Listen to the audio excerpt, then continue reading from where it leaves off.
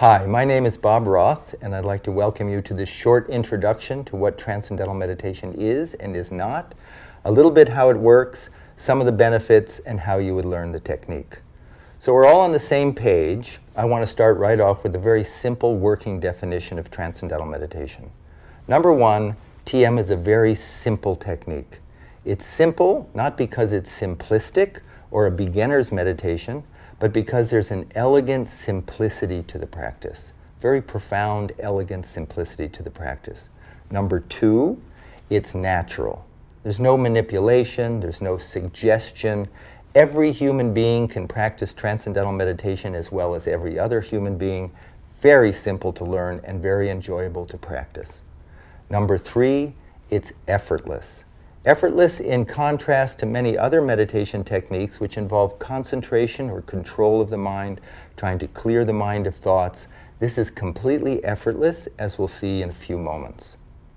It's practiced 20 minutes twice a day, sitting comfortably in a chair with your eyes closed. It can be done, on a train. It can be done on an airplane. It can be done in a car if someone else is driving. But it can be just done, it's just done sitting comfortably. It's a silent technique with your eyes closed.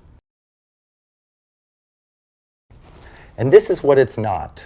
It's not a philosophy. I have no philosophy for you. When you learn Transcendental Meditation, no one's going to give you a TM philosophy of life. There's no philosophy whatsoever. It doesn't involve any change in lifestyle. You don't change your diet or anything. And the third thing is there's nothing to believe in. I want to emphasize that because sometimes people think, oh, when I learn to meditate, I have to believe in it for it to work. You can be 100% skeptical and the technique works just as well, the benefits are just as profound, as if you went into this thing thinking, oh, I believe in meditation, it's going to work. So there's no belief whatsoever. So to understand what Transcendental Meditation is, and to understand how it compares to other forms of meditation or self-development, I like to use the metaphor or the analogy of an ocean. You're on a small boat, you're in the middle of the ocean, out in the middle of the ocean, and all of a sudden you get these huge swells, these huge 40, 60-foot high waves, and you could think, oh my God, the whole ocean is in upheaval. Well, not really, because if you do a cross-section of the ocean, you see these little 40-foot high waves, and the ocean is like, in reality, a mile deep. And the ocean is active on the surface, but at the depth of the ocean, it is naturally silent. And it doesn't matter if those waves are 200-foot high waves. At the depth of the ocean, untouched, it is naturally silent. That's the nature of the ocean. Active on the surface, silent at its depth. And the analogy is our mind. The surface of our mind is the active thinking mind. All the things that we're thinking about all during the day. It's like the waves on the surface of the ocean. And I like to call it the gotta mind. I gotta do this, and I gotta do that, and I gotta call him, and I gotta call her, and I gotta make a list, and I gotta find the list, and I gotta make a new list, and I gotta get going, and I gotta slow down, and I gotta get to sleep, and I gotta wake up.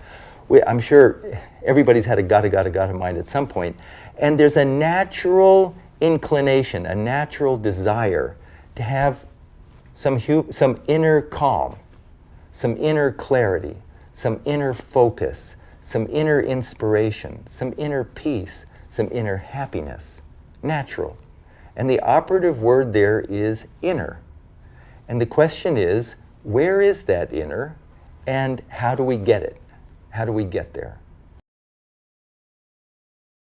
Deep within every human being, the mind of every human being, deep within all of us, is a level of the mind that is already calm, already settled, already wide awake. The ancient meditation texts use very big words. They say it's a source of our unbounded creativity, unbounded intelligence, happiness, focus, clarity.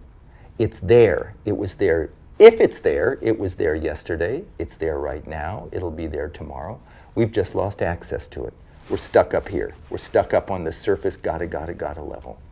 And Transcendental Meditation is a simple, natural, effortless technique that allows the active thinking mind to just all of it to just settle down and experience quieter levels of thought and quieter levels of thought, and then experience what has been called the source of thought, or the unified field of consciousness, or transcendent level of the mind, pure consciousness, within every human being.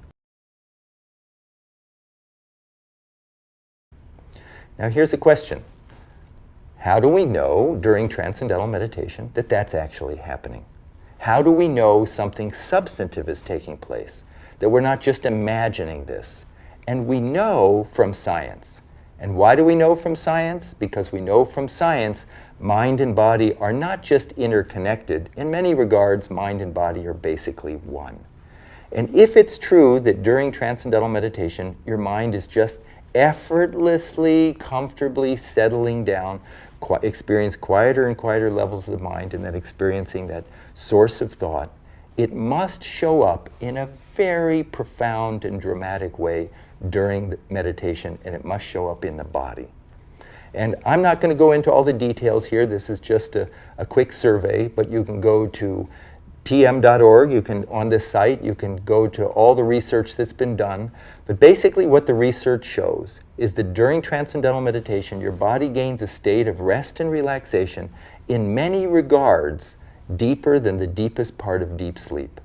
And what that deep rest does, it allows the buildup of stress, fatigue, tension, anxiety to be dissolved, to be eliminated. When we get a state of deep rest, as I said, that allows the body to repair itself, there's a hormone, probably some of you have heard of, called cortisol. Cortisol is secreted by the adrenal glands, which sit on the kidneys, when we're anxious. So when we're anxious, the body secretes cortisol, and then we secrete cortisol, we feel more anxious. It becomes this vicious cycle. Then we feel more anxious, more cortisol, more anxious, more cortisol. We get a good night's sleep, cortisol levels drop a bit. That's why we wake up feeling fresher in the morning. Research shows that 20 minutes of transcendental meditation, cortisol levels drop 30%. It's a significant reduction in this production of this anxiety hormone. Serotonin levels, a neurotransmitter, which are so-called the happiness neurotransmitter. There's an increase in serotonin. There's an increase in another hormone called prolactin, which is present when there's a feeling of well-being.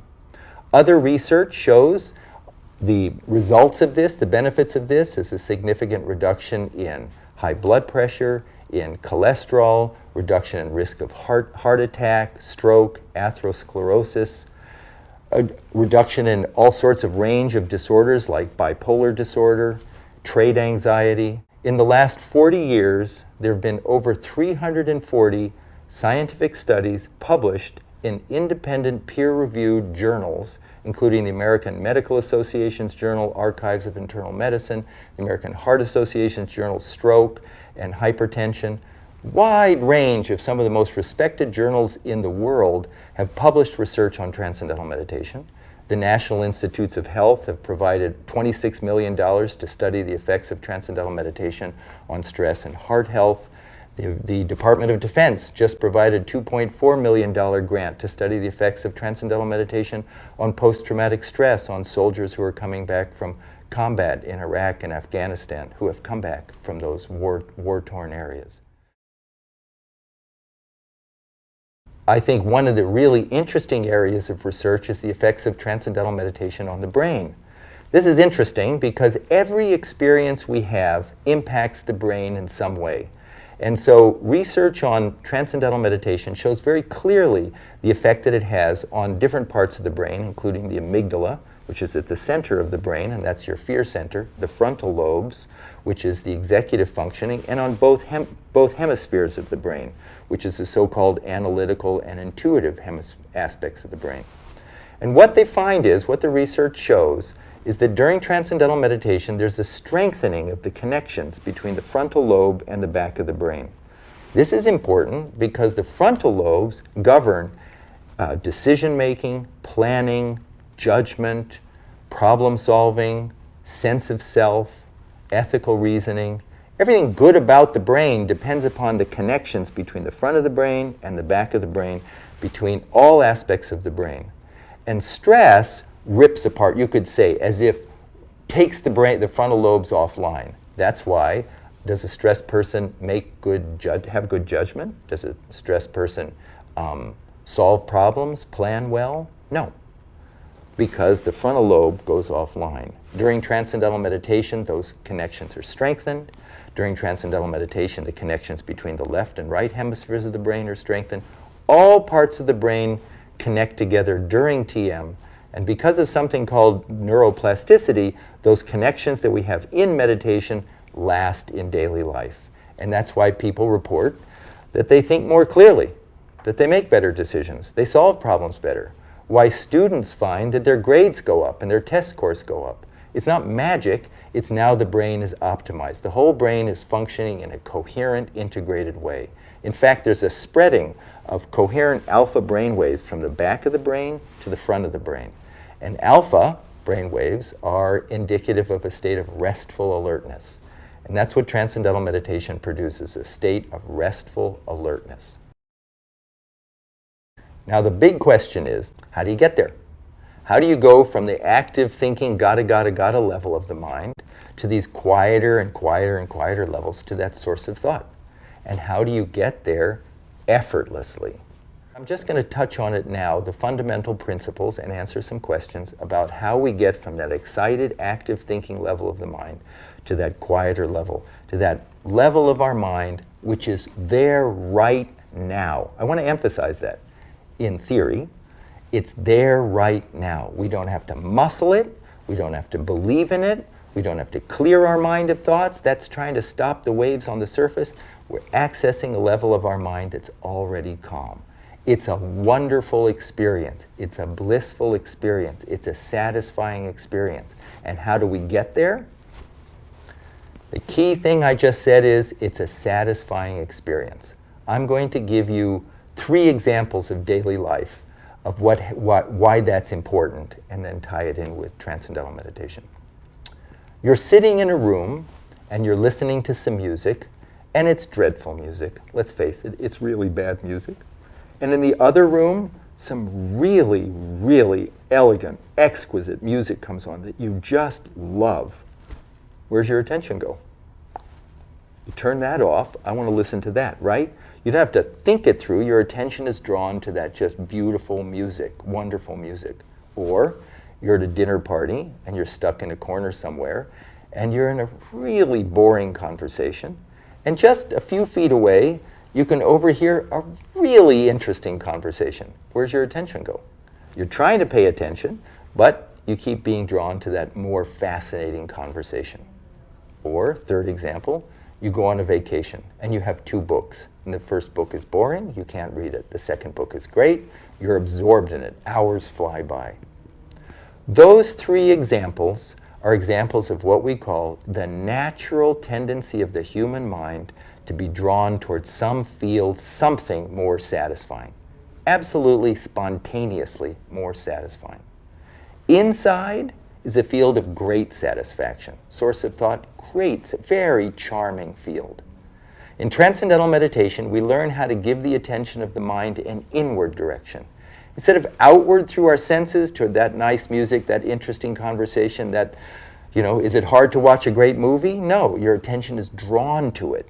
So, but that all goes out through the senses. Now, like that cross-section of the ocean, we learn how to give the attention of the mind an inward direction, and automatically the attention is drawn, settled quieter and quieter and quieter levels, because quieter levels of the mind are increasingly more satisfying, more satisfying. It's like you teach a child how to dive. You say, honey, just stand like this, stand here, now get those initial conditions, bend over like that. The rest is automatic. Gravity, nature takes over. In the same way with Transcendental Meditation, we learn how to give the attention of the mind an inward direction, and automatically the attention is drawn inward. And as the mind settles down, we notice our body gaining a profound state of rest and relaxation. That rest and relaxation releases stress, dissolves stress, rejuvenates the body, and then we're ready to go for the next 6, 8, 10 hours of our day or evening. So for the attention of the mind to settle down effortlessly in Transcendental Meditation, we use a mantra. A mantra is a word or a sound that's used silently. That's number one, that has no meaning. If it had a meaning, then we're stuck on the surface. What does that mean? What does that mean? The intellect kicks in. It's also a word or a sound, used silently, that is positive. It's known to be positive, life-supporting. It's a good sound for the mind to settle down. It's a sound, a mantra has been used for thousands and thousands of years for just this purpose. Transcendental meditation is always taught one-to-one by a trained, certified teacher of TM. I need to emphasize that. This isn't transcendental meditation is not a mass meditation. It's not something you learn out of a book, not something you get from a tape. The technique is taught over 4 consecutive days of about an hour to an hour and a half a day over 4 consecutive days. And the first day, always one-to-one with a trained teacher of transcendental meditation, certified teacher. And at that time, what you learn from your teacher is you're given a sound, the proper mantra, proper vehicle for you to settle down, and you're taught how to use it properly. Both things are absolutely essential. This meditation dates back thousands and thousands and thousands and thousands of years. It predates all the isms. It's not a religion. It's not a philosophy. It's a universal human being practice. And from that tradition of transcendental meditation, called the Vedic tradition of teachers, it has been passed on from teacher to student, teacher to student, teacher to student, always in an oral tradition over thousands of years. And the most recent great meditation teacher was Maharishi Mahesh Yogi. And Maharishi proceeded to teach and oversee the teaching of thousands and thousands of teachers of transcendental meditation who know how to select the proper mantra, the proper sound for an individual, and how to teach them to use it properly. Without both, you basically are stuck. With both, then we know how to effortlessly settle down and experience quieter levels of thought, completely rejuvenate mind and body for a much healthier, more satisfying life. How does this differ from other forms of meditation? And for this, we look back to scientific research. Because as I said, research shows that every experience changes the brain. And basically, we know from science that there are 3 different major types of meditation. The first type of meditation is called focused attention. And focused attention is something like Zazen meditation or Vipassana meditation, any meditation that involves some concentration or control of the mind, trying to clear your mind of thought, trying to concentrate on your breath. It's like trying to stop the waves from moving. It's trying to stop the wave on the surface. So it's a focus, it's a concentration. The second type of meditation is called open monitoring. And that's a mindfulness form of meditation. And that's really how to emotionally disengage and just observe and be present and mindful of your environment or mindful of your thoughts. And that would just be like observing the rise and fall of the waves on the surface of your mind. Transcendental meditation does not involve any concentration, and it's not just an observational tool. It's an actual technique called automatic self-transcending, which allows the active thinking mind to experience quieter and quieter levels of thought, and then transcend thought and experience the self, experience our own unbounded nature. Many people ask if you have to sit in a particular posture when you practice transcendental meditation. Do you have to sit up straight with your back erect, with no back support? Do you have to sit with your legs crossed? The beautiful thing about transcendental meditation is we just sit comfortably. In a chair, we can sit up in bed, sit however we want, sitting up comfortably with the eyes closed. No particular posture is needed. And it looks just like this from the outside. So when you practice TM, you just sit comfortably. I'm a very skeptical person by nature, and when I heard about transcendental meditation, when I attended an introductory lecture 45 years ago, at the end of the talk, I asked the teacher, how much of this do I have to believe in for it to work? Because I didn't want to have to believe in anything. And the teacher told me that I could be 100% skeptical and the technique would work just fine. Now, she didn't have a cell phone, but she did have a pen, and she said, you don't have to believe in gravity. As a matter of fact, you can think Newton's laws of gravity is a complete joke. But if you drop, in this case, a cell phone, the phone falls. In the same way, we don't have to believe in anything to practice transcendental meditation and to gain the benefits. And that's because we are hardwired for the experience. It is a mechanism, it's who we are. Transcendental meditation is just a simple, natural, effortless technique to give access to that calm, silent level of the mind that is always there, but is overshadowed because of the constant noise, crazy of the day. So there's no change in lifestyle, there's nothing to believe in, there's no philosophy. It's just a simple, natural, effortless technique that once learned, you carry with you for the rest of your life.